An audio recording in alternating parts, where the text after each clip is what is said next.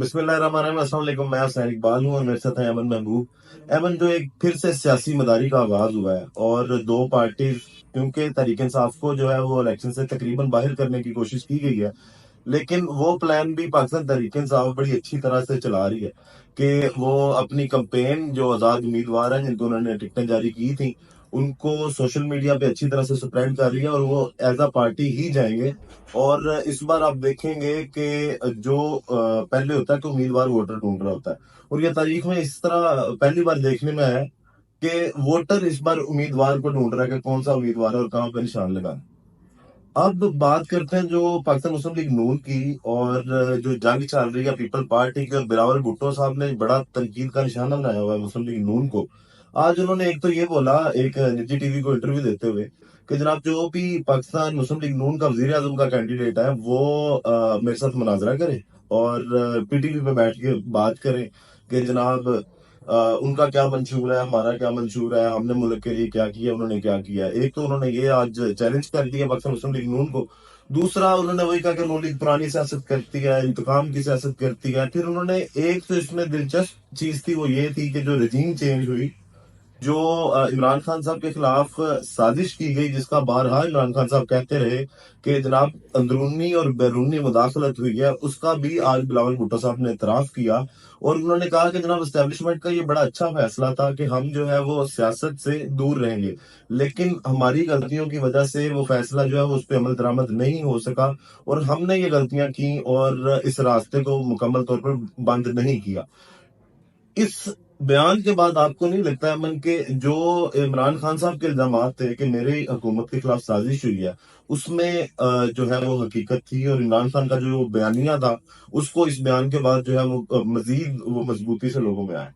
देखिए हुसैन, इस बयान के बाद तो इमरान खान साहब की जो दयानतदारी है, उनके सादिक और अमीन होने के टैग पर जो मोहरें लगाई गई हैं, उसके ऊपर जो उनके ऊपर इल्जामात बेबुनियाद इल्जामात उनके ऊपर बेबुनियाद मुकदमात लगाए गए हैं, तो इस बयान के बाद तो ये तो हमारे सामने आ जाता है कि ये एक और सबूत आ जाता है, एक शहादत मिल गई है हमें बिलावल भुट्टो साहब की जानिब से। लेकिन बिलावल भुट्टो साहब अगर आज से कुछ महीने पहले इन बातों का एतराफ कर लेते और इन बातों पर गौर कर लेते कि मुल्क की मईशत पर गौर कर लेते, जैसे अब वो कह रहे हैं कि इनके पास पैसा मौजूद है, हुकूमत के पास पैसा है लेकिन मुल्क पर लगाया नहीं जा रहा। तो जब आप पीडीएम हुकूमत में थे और जब आप हुक्मरान थे, उस वक्त आपको इस बात का ख्याल क्यों नहीं आया कि मुल्क के पास पैसा मौजूद है और सही जगह पे नहीं लगाया जा रहा? अब आपके एतराफ, अब आपके बयानात आ रहे हैं सामने। अगर यही कुछ महीना पहले आ जाते तो मुल्क में काफी बेहतरी हो जाती, काफी कुछ बेहतर हो जाता। उस वक्त तो आपके अंकल थे इसहाक डार, आपके बड़े अब्बू की तरह थे। शहबाज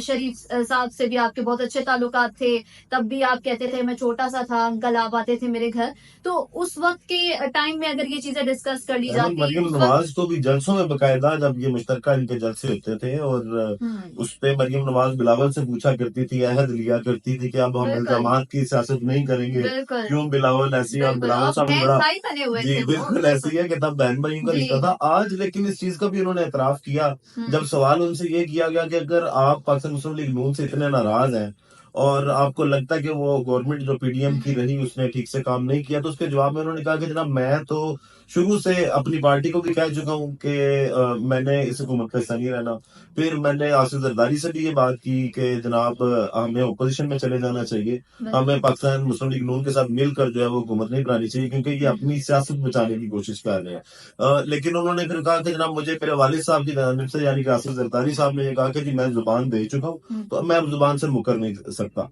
सवाल अब यहाँ पे ये उठते हैं कि अगर तब भी ये सारी चीजें मिलके हुई थी, किसी के इशारों पे हुई थी, तो आज बिलावल साहब किसको ये बातें कर रहे हैं कि आप अगर किसी को चौथी बार मुसल्लत करेंगे तो अवाम जो है उसको नहीं मानेगी? देखिए, पहले भी ये सब मिली भगत थी, एक प्रोपागेंडा था, एक साजिश के तहत जो है इमरान खान साहब की हुकूमत को गिराया गया और पीडीएम की हुकूमत लाई गई, जिससे मुल्क का बेड़ा गर्क कर दिया। अवाम इससे बहुत अच्छे से जो है जानते हैं कि किस तरह से मुल्क की दुर्गत बनाई गई।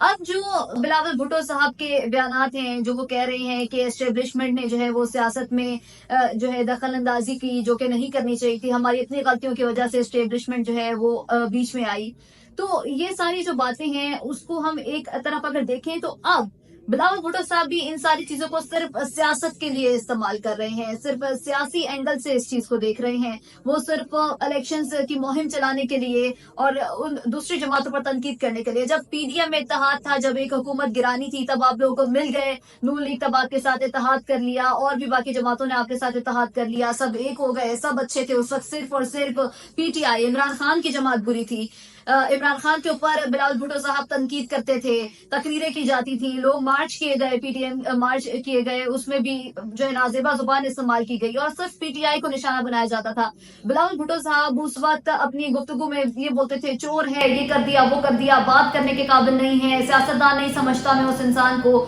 اور آج انہی کے بیانات میں تضاد ہے, آج وہی اس چیز کے مترادف ہیں, آج وہی کہہ رہے ہیں کہ نون لیگ یہ کر رہی ہے, نون لیگ کو آپ نے نشانہ بنایا ہوا ہے. یہاں پر آپ سمپتی دکھا رہے ہیں, کہہ رہے ہیں ایک جماعت کو اس طرح سے اس کا انتخابی نشان نہیں لینا چاہیے تھا, لیول پلینگ فیلڈ فراہم کرنی چاہیے تھی. خود ان کی اپنی جماعت کے ساتھ بھی جو ہے یہ ہوا ہے, کچھ حلقوں میں ان کے اپنے امیدوار ہیں جن کو تیر کا نشان الاٹ نہیں کیا گیا, جو کہ آزاد امیدوار کی حیثیت سے الیکشن لڑیں گے. تو یہاں پر جو چیز ہے وہ ہم یہ بھی سمجھ سکتے ہیں کہ پیپلز پارٹی جو ہے وہ اب اس سٹیج پر کھڑی ہے جہاں پہ وہ دیکھ سکتی ہے کہ کس طرح سے نون لیگ کی سہولت کاری کی جا رہی ہے, کس طرح سے لیول پلینگ فیلڈ نہیں فراہم کی جا رہی, کس طرح سے صاف اور شفاف انتخابات کا صرف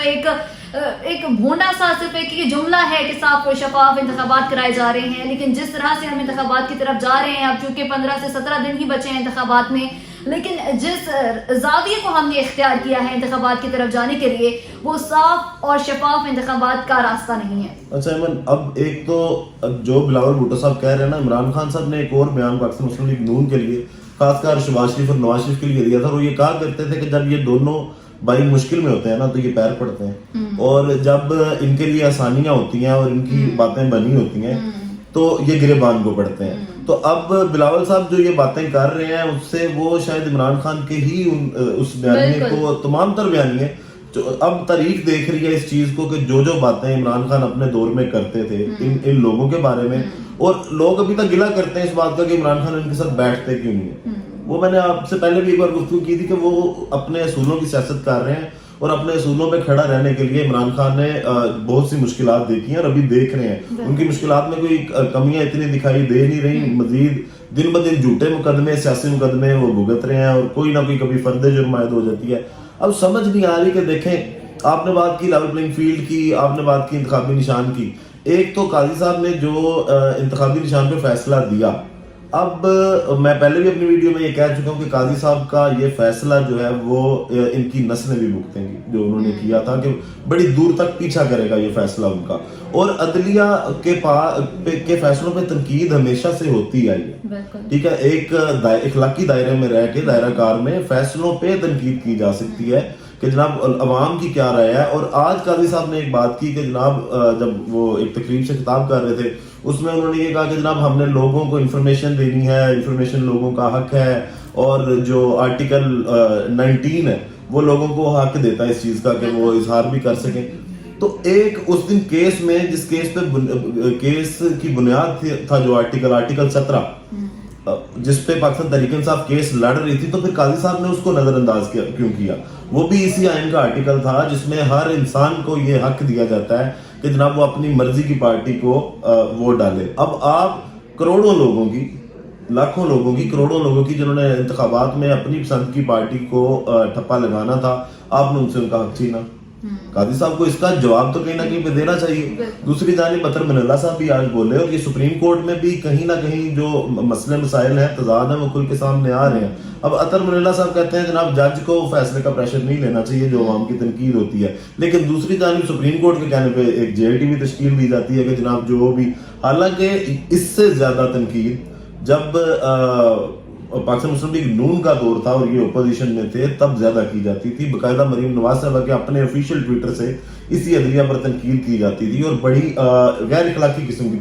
تنقید کی جاتی تھی. تقریروں میں عدلیہ مخالف نعرے لگائے گئے, ججز کے خلاف باتیں کی گئی ہیں, عدالتوں کے خلاف مریم نواز صاحبہ نے خود تقریروں میں جو ہے نازیبا الفاظ استعمال کیے. لیکن بس یہ وہ ہے نا, وقت کی بات ہے. وہ وقت کچھ اور تھا, اب وقت کچھ اور ہے. کہہ سکتے ہیں کہ اب نون لیگ کا وقت ہے, नू लीग सिर्फ घर में बैठी हुई है, मैदान में नहीं आ रही, छुप के बैठे हुए हैं। एक नाकाम हाफिजाबाद का जलसा करने के बाद तो वो और ज्यादा जो है घर में छुप गए, क्योंकि उनको पता है कि उनको अवाम में निकलने की कोई जरूरत नहीं। एक जमात जिसने अभी तक अपना मंशूर अवाम के सामने पेश नहीं किया है। इलेक्शंस में 15-17 दिन रह गए हैं, आपका मंशूर किधर है? आपकी तकरीरों में सिर्फ और सिर्फ पीटीआई, सिर्फ और सिर्फ इमरान खान आपका टॉपिक है। तो हम क्या ये समझें कि आपका मंशूर सिर्फ इंतकाम की सियासत है? क्या आपने इक्तदार में आकर सिर्फ इंतकाम लेना है? आवाम के लिए कोई रिलीफ, आवाम के लिए कोई बेहतरी, मुल्क के लिए कोई बेहतरी, मईशत के लिए कोई बेहतरी, कुछ मुस्तकबिल की सोच, कुछ ऐसा जो आप आवाम को डिलीवर करना चाहें, जिसकी बेस पर आवाम आपको मुंतखब करे? आप चाह तो रहे हैं, आप ख्वाहिश का इजहार कर रहे हैं कि चौथी बार वजीर आजम बना दिया जाए नवाज शरीफ को, तो कुछ डिलीवर करें, आवाम को बताएं कि आप क्या करना चाहते हैं, क्या ऐसी न्यू इनोवेशन लाना चाहते हैं, किस तरह से मुल्क की मईशत को बेहतर बनाना चाहते हैं, किस तरह से आप तरक्की की तरफ जाना चाहते हैं, या सिर्फ आप घर में छुप के बैठे रहेंगे और अगर आप बाहर निकलेंगे भी तो सिर्फ आप तनकीद का निशाना बनाएंगे किसी एक खसूस मखसूस जमात को, किसी एक सियासतदान को? क्या ये आपका मंशूर है कि आपने इक्तदार में आकर एक बार फिर जो है वो छापे मारने हैं, गिरफ्तारियां करनी हैं और वही सब कुछ करना है जो आपने पीछे 11 महीने किया है? इन्हीं सब बातों के लिए बिलावल भुट्टो साहब ने आज इनको दावत दी है मुनाजरे की। बाकी ये इंतखाबात में सिर्फ 19 दिन बाकी हैं और इनके पास अपना बेचने के लिए कुछ भी नहीं है कि ये क्या लेके जाएं बयानिया लोगों के पास। तो ये सियासी मदारी जो है ये इन 19 दिनों में चलती रहेगी। कभी कहीं से कोई बंदर नाचेगा, कहीं से